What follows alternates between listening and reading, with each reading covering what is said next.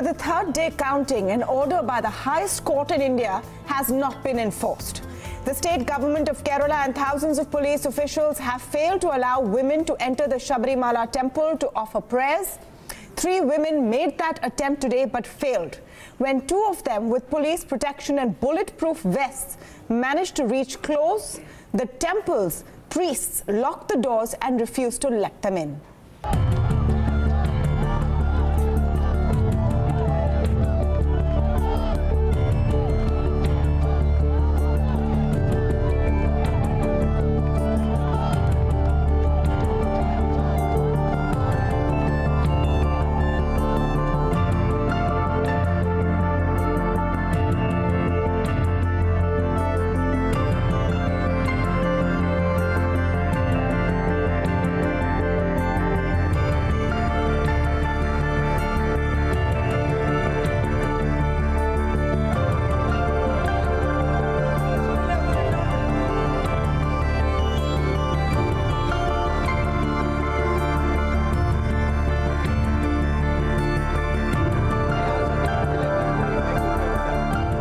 The temple is not open, we are helpless. We have brought them till the temple premises, but the Tantri and the priests have refused to open the temple for them. While we were waiting after that, the Tantri informed me that if we are attempting to take the women ahead, the Tantri would close the temple. Closing the temple is a ritualistic disaster, which we can't afford.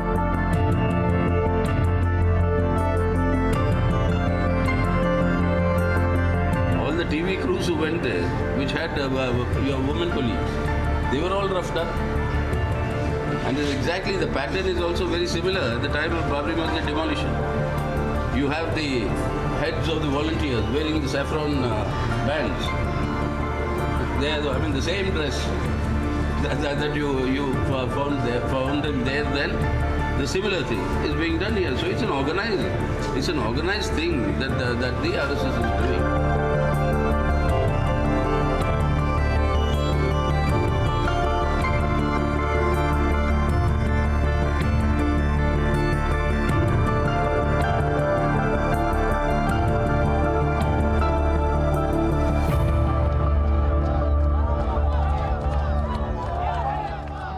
Now, this is no longer about whether women should be allowed to enter the Sabrimala temple or not. The question now is, will the rule of law and the Supreme Court order prevail in India or not? To speak on this, I'm joined now by Finance Minister of Kerala, Thomas Isaac. Mr. Isaac, thank you for speaking with us here at Bloomberg Quint. Can you explain why the Kerala state government has been unable to enforce the Supreme Court order?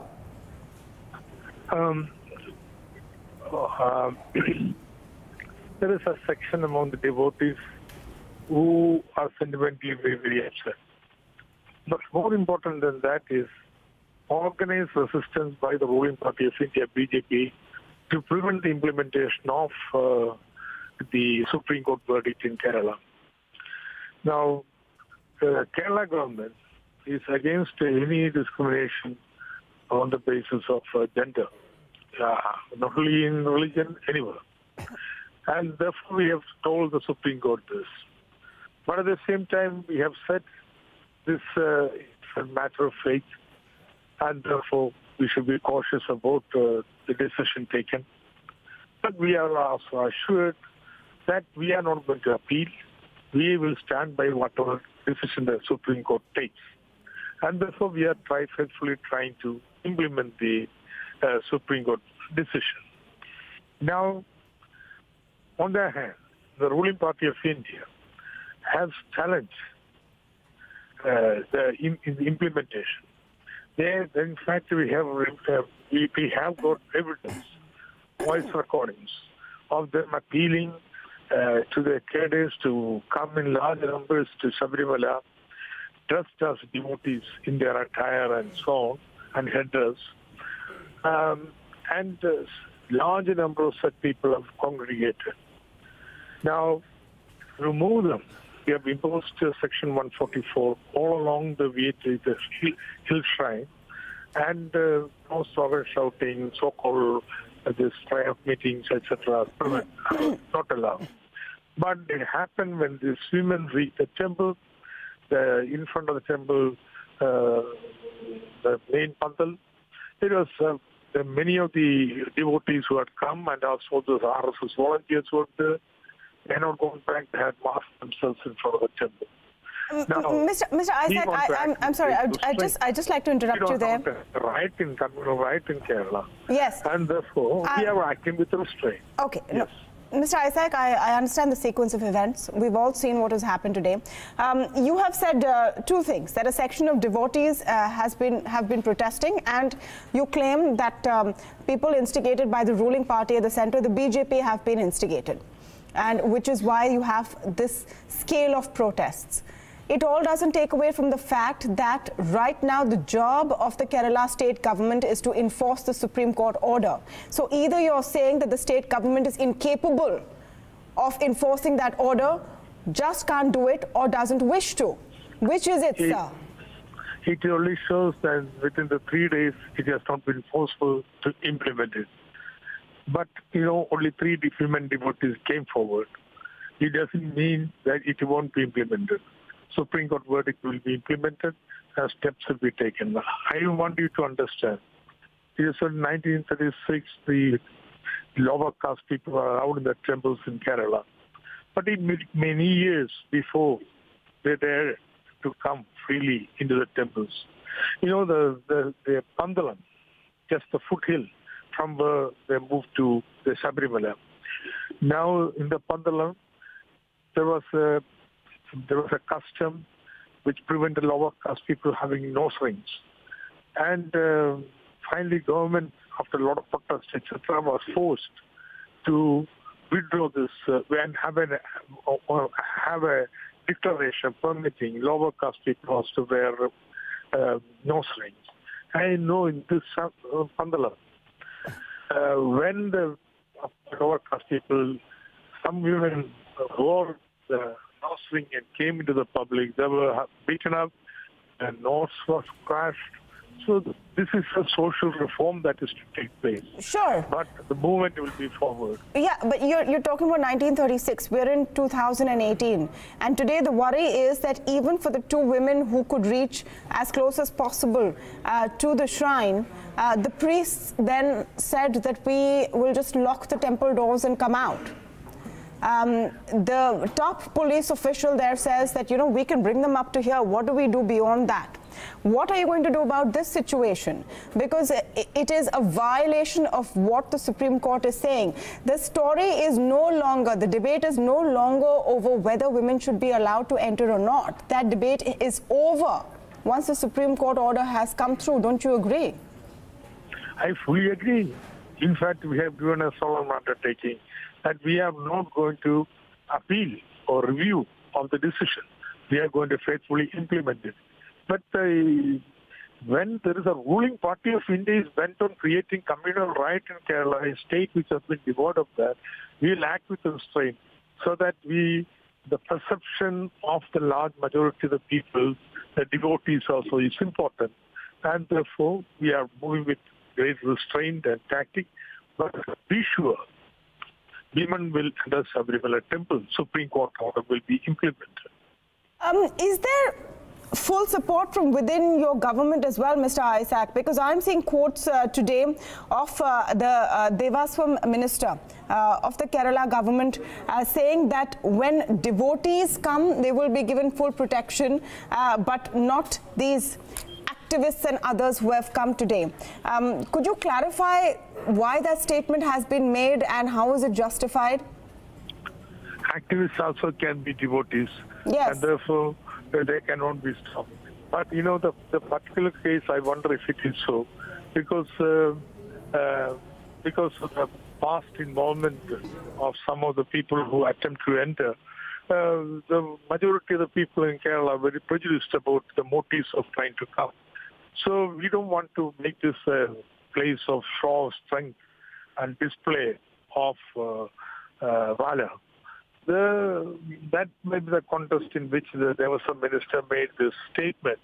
But the government of Kerala is very firm that activist or not, if you're a devotee and wants to go to Sabrimala, government gives the protection.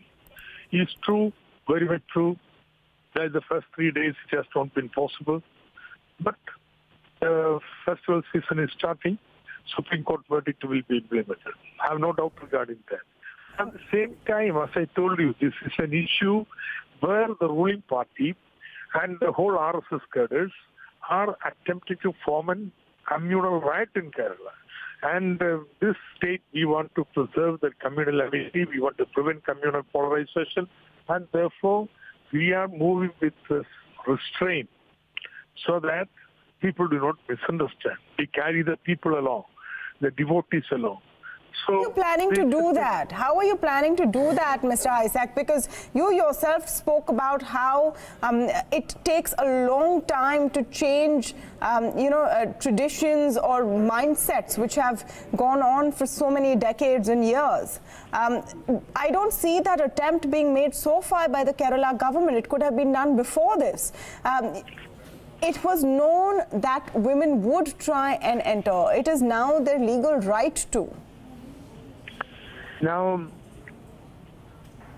what we are going to do for that is not just police action. It also means ideologically combating the gender discrimination and also the Brahminical values that RSS and BJP are trying to uphold. To this purpose, now we are governing 1st and 2nd of November house visits, followed by on November 15th, which happens to be the anniversary of the temple entry proclamation, of the 2000 renaissance of public meetings throughout Kerala.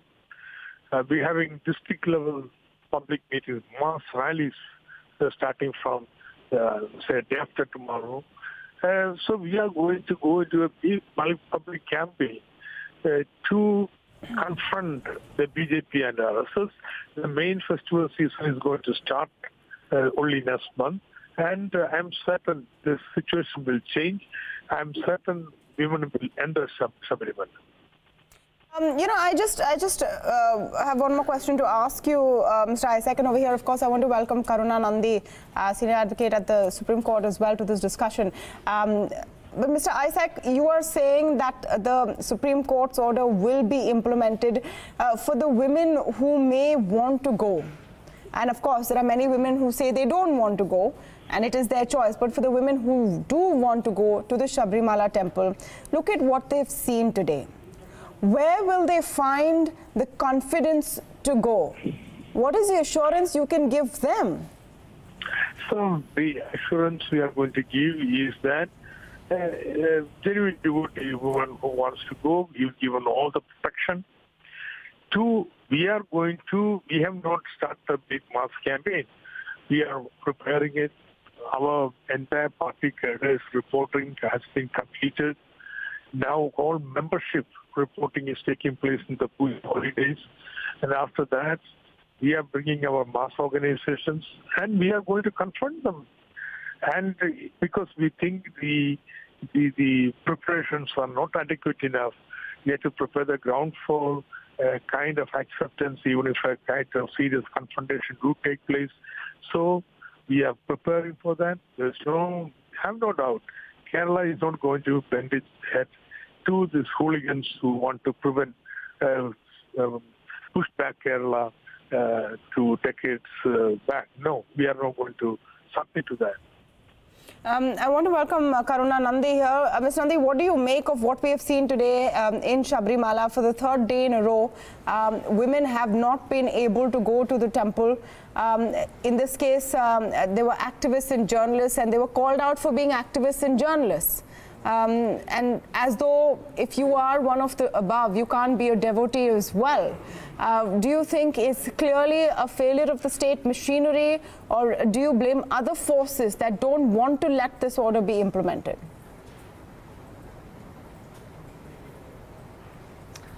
Well, the first day I would have said that there is an absence and there's a major failure of the state machinery, because the police were, when called on, were sort of looking away, and when women journalists were being beaten up, were not intervening. But I am glad to hear Mr. Isaac take a very, very clear stand. And I'm glad to see that the IG of police has promised safe entry. And I'm glad to see that the state has, is taking much more of a stand now. What is worrying about the more recent developments is that the head of the Devaswam board is who's also, I believe, a CPM member and was sort of, going along with the party and the LDF government line before, is now stepping back from that. And what's also worrying is that the Congress seems to be pandering to the regressive, originalist interpretations of the mob. And if this is a turning point in politics, which a lot of the local, well, not local, a lot of the, what is local? We are local to Delhi here, but which a lot of the Kerala leaders are saying, then it seems that this sort of tinderbox of religion and politics and misogyny is something that, again, the Hindutwadis may have succeeded in triggering in Sabrimala.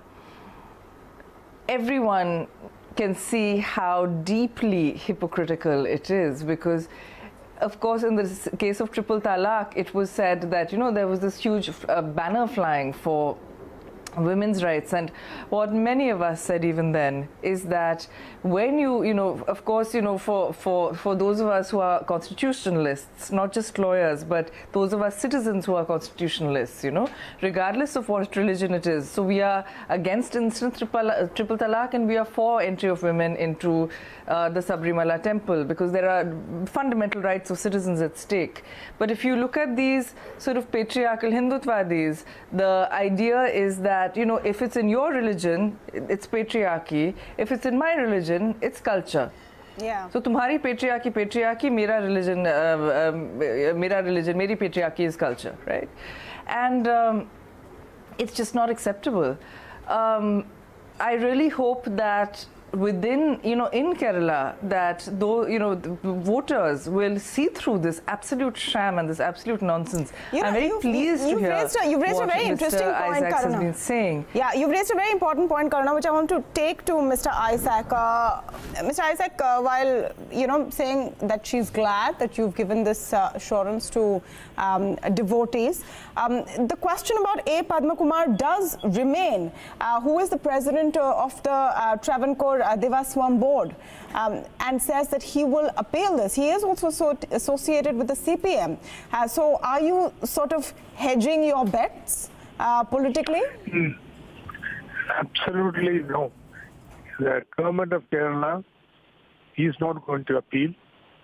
We are going to stand by the Supreme Court present decision. But your leader, who happens to be president of the board, will appeal. Yeah. One, his appeal is irrelevant. Because anybody with minimum judicial knowledge understands that the constitutional bench decision which has gone forward after 12 years of argument, when every argument of the board of all the stakeholders have been considered in detail is not going to be changed. It's unfortunate that he has taken such a stand. I don't know, I'm not privy to what happened at the board, who all took what positions, etc. But government of Kerala is not going to review its stand at all. We are totally committed to implement the Supreme Court decision. And, in the first 3 days, it has not been possible to do that. We are going to review what has happened, what is the problem, where we went wrong, and we will implement Supreme Court decision. But one thing that we know, this has to be fought ideologically, fought for the mind, change the minds of the people. There is a whole source of distortions and also ideas, wrong ideas, which have been propagated very widely. So we want to also address that issue. So we are going to move very systematically, and definitely before the ceasefire ends, Supreme Court verdict is going to be implemented in Kerala. Okay. Ms. Nundy, what can be done now? Because this is a Supreme Court order.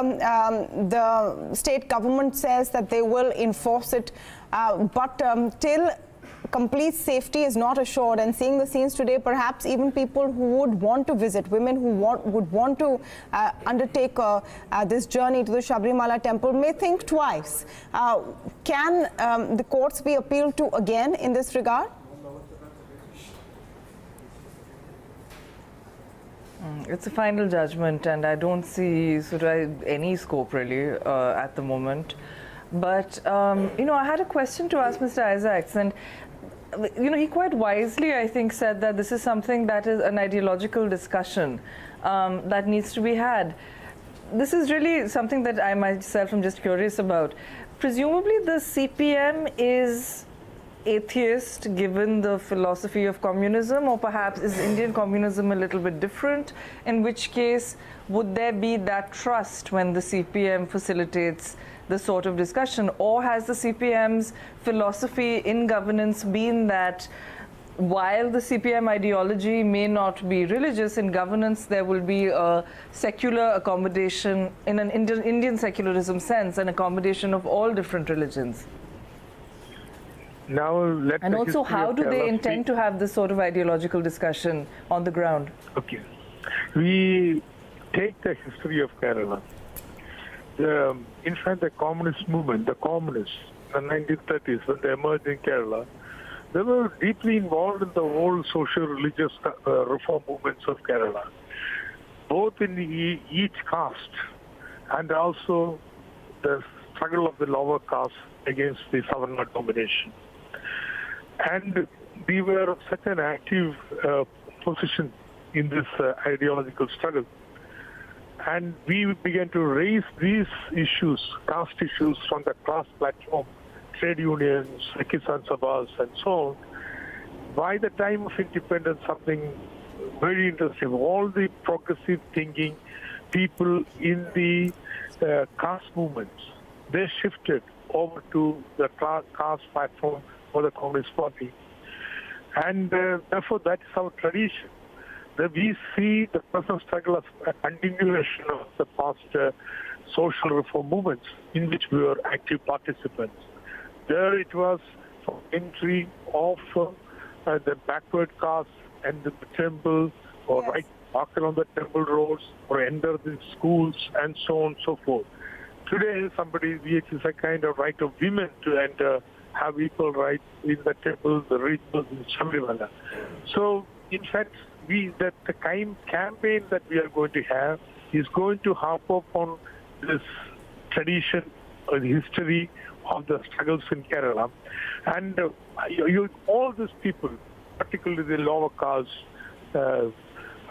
or backward section caste in Kerala, are going to see this struggle in Sabrimala as a continuation of a century or more long struggles for equality within Kerala. That's what we want to position. Our ideological, our philosophical understanding does not make us constrain us in taking such an active role. Well, I think the important point is that a Supreme Court judgment is implemented the way it's meant to be. Of course, there are many trying to muddy the waters as well. And Ms. Nundy, let me come to you on that. Some are saying today about the women who attempted to go. One was a journalist, one was an activist. That you know, the Sabrimala temple is not the place to prove a point. If devotees come, then they will be given protection. In fact, one of the ministers in the Kerala government was quoted as saying this. What do you say to that? Because perhaps a lot of people watching may agree to some point that don't try to prove a point at a place of worship when there are sentiments involved. The minister considered all the people. Who's going to decide whether somebody is a true believer or not? I'm just going to let Karuna answer that. Is the mob going to decide? Yes. Is there going to be a panel of theologians? No, no. Who's going to decide whether you're a true believer or not? What is a true believer? Is the mob going to decide? Is it going to be a panel of theologians? Is it going to be based on your gender? It sounds like it's going to be based on your gender.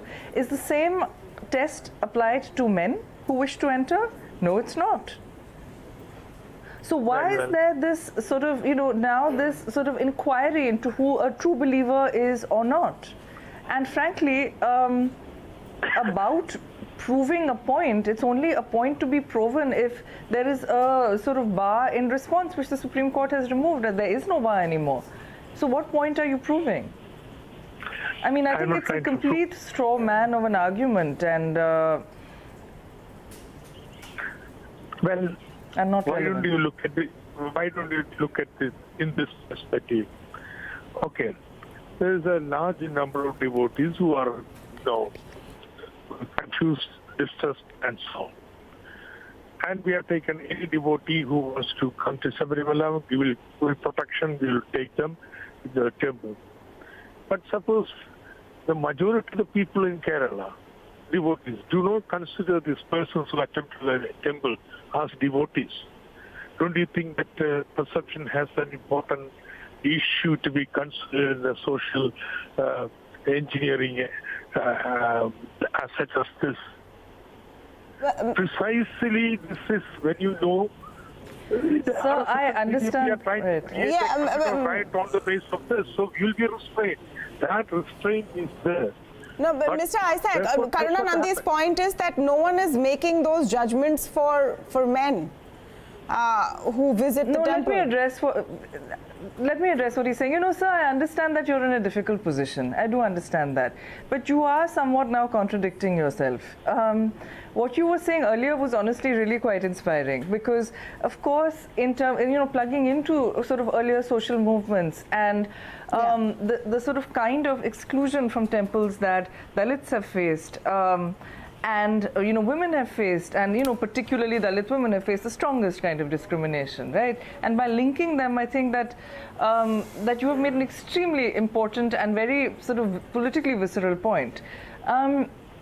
Now the thing is that I understand that you're in a difficult situation here, but take the Mahar Satyagraha, take the exclusions of Dalits. Like, would you say that if a Dalit was trying to enter a temple and there was mass opinion by sort of Brahmins saying that they shouldn't, and by entering they're making a point and they should respect Brahmin the feelings, that would you say that that was okay? Perhaps not, right? And so I think applying your own argument to the case of gender, it doesn't seem right to me at all, because while it's, let's even take the situation that there is a person who is trying to say that, look, I am a woman and I want to enter, right? The point I was making earlier about the test and who applies the test and how it's applied, and in any case it's unequal, already stands. But if she is entering, thereby opening the door to other women who would want to enter but are timid, is there something wrong with that? I'm not so sure. So, this is the idea of sentiments is something that is frequently raised in the area of constitutionality and free speech, because when constitutional rights are against the majority sometimes, and this is the idea and this is the meaning of constitutional rights. Yeah. And in such a situation, when you are a government, of course, the rule of law means that you have no option but to implement them and to protect these liberties, which you have promised to do. And politically, your task, it's a difficult task, is to make sure that everyone comes along with you and everyone is carried along with you to whatever extent is possible. But of course, to win elections, but also to keep peace to whatever extent. Let me put this in political context as well. The BJP, armed with the RSS, has been making inroads into Kerala. It would put the ruling party there on edge. And perhaps that's why we're seeing that kind of tone in what Thomas Isaac is saying today. Because you're worried about that aspect as well, isn't it? The BJP has been absolutely appalling. Appalling. Like when you see that on camera, I think they said in Kollam that anyone between 10 and 50 who wish to worship at the temple, that they would tear them from limb to limb.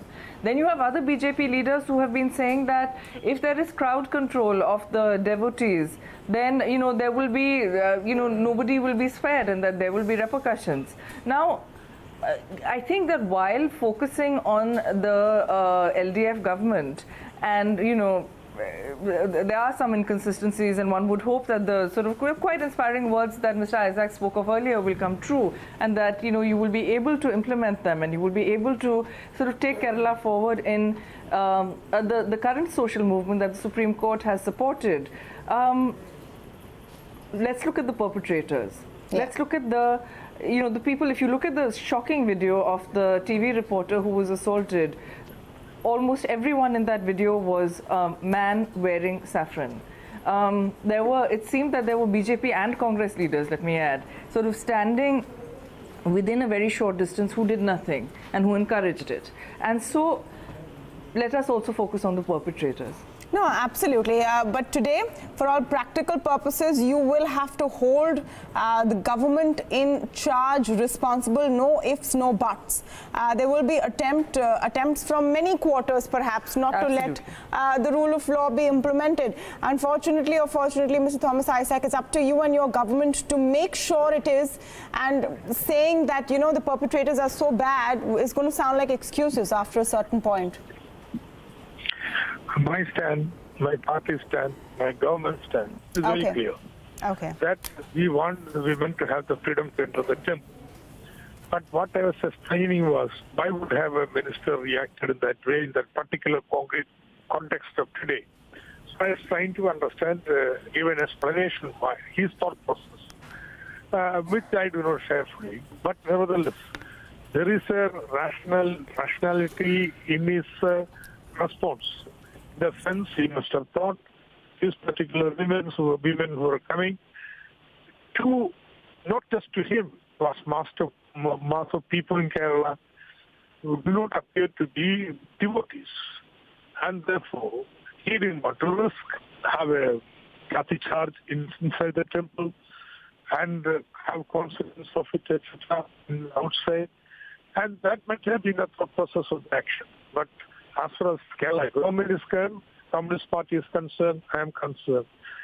The right of women to enter Sabrimala temple and worship there is something, a constitutional right of that woman, and it's the duty of the government to protect that right. Absolutely. Thank you so much, Thomas Isaac and Karuna Nundy, for speaking with us today. I just want to make one point before we wrap up, that people can see through the hypocrisy of parties who speak about women's rights when it comes to minority religions, but do not push through, even in the face of a Supreme Court order, of leaders who speak ad nauseum about women empowerment, but their party men do not allow the law to be implemented in Kerala. The hypocrisy comes through, we can see it, and there will not be much space left to hide beyond a point. I think people should just stop being afraid of women finally having their rights. Thank you so much for watching.